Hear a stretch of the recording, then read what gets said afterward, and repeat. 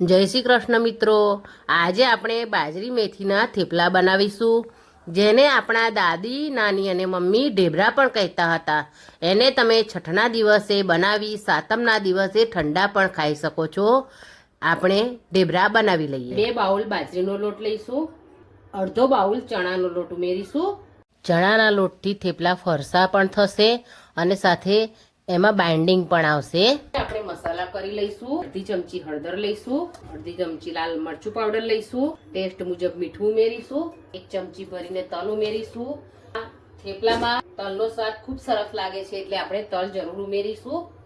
બરાબર મિક્સ કરી લઈશું. આ રીતે 2 ચમચી જેટલું આપણે તેલનું મોણ ઉમેરીશું. મિક્સ કરી લઈશું.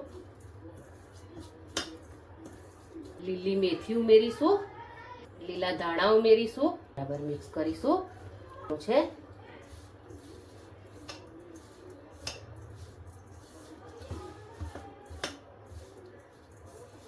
આમાં મેં 2 ચમચી દહીં, 1 ચમચી આદુ મરચાં લસણની પેસ્ટ અને 2 ચમચી ગોળ ઉમેરી અને આ રીતનું મિશ્રણ મેં તૈયાર કરી લીધું હતું.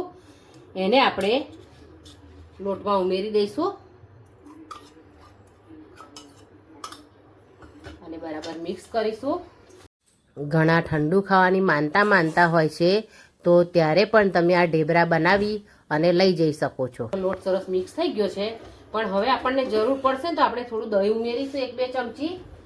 પાણીથી લોટ નહીં બાંધીએ. તમે દહીંની જગ્યાએ છાશ પણ લઈ શકો છો. આ રીતે આપણે મૂકી દઈશું. બરાબર મિક્સ કરી લઈશું. જો તમને મારા થેપલા બનાવવાની રીત ગમે તો તમે મને કોમેન્ટ કરજો અને તમારા મિત્રો અને પરિવાર સાથે શેર કરજો. અને હજુ સુધી તમે ભાવનાસ કિચનને સબસ્ક્રાઇબ ના કરી હોય તો જરૂર કરી દેજો અને કોમેન્ટમાં જય શ્રી રામ જરૂર લખજો.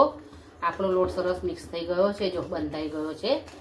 આ રીતે આપણે લોટને બાંધી દેવાનો છે. લોટને ઢાંકી અને 10 મિનિટનો રેસ્ટ આપીશું. લોટને 10 મિનિટનો રેસ્ટ અપાઈ ગયો છે. હવે આપણે થેપલા બનાવી લઈશું. આ રીતે લુવો લઈ અને અટામણ વાળો કરી હળવા હાથે આપણે એને વણી લેવાનું છે. આ રીતે આપણે થેપલાને વણી લેવાનું છે.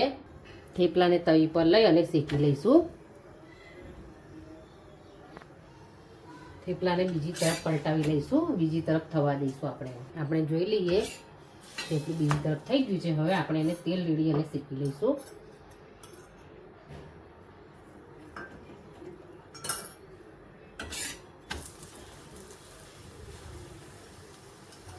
આ રીતે આપણે બંને બાજુ સરસ ગુલાબી રંગના થાય ત્યાં સુધી શેકી લેવાના છે. આપણું થેપલું સરસ શેકાઈ ગયું છે. આપણે એને પ્લેટમાં લઈ લઈશું. તમે કયા ગામ અને શહેરમાંથી મારી રેસીપી જુઓ છે એ પણ મને કોમેન્ટમાં લખીને જરૂર જણાવજો. થેપલાને ગ્રીન ચટણી સાથે સર્વ કર્યા છે. તમે એને ચા સાથે પણ લઈ શકો છો. આ થેપલા 3-4 દિવસ સુધી સારા રહે છે. તમે કોઈ જગ્યાએ ફરવા જતા હોય કે કોઈ જગ્યાએ યાત્રા કરવા જતા હોય તો તમે બનાવીને લઈ જઈ શકો છો. આપણે ફરી મળીશું મારી નવી રેસીપી સાથે. ત્યાં સુધી થેન્ક્સ ફોર વોચિંગ.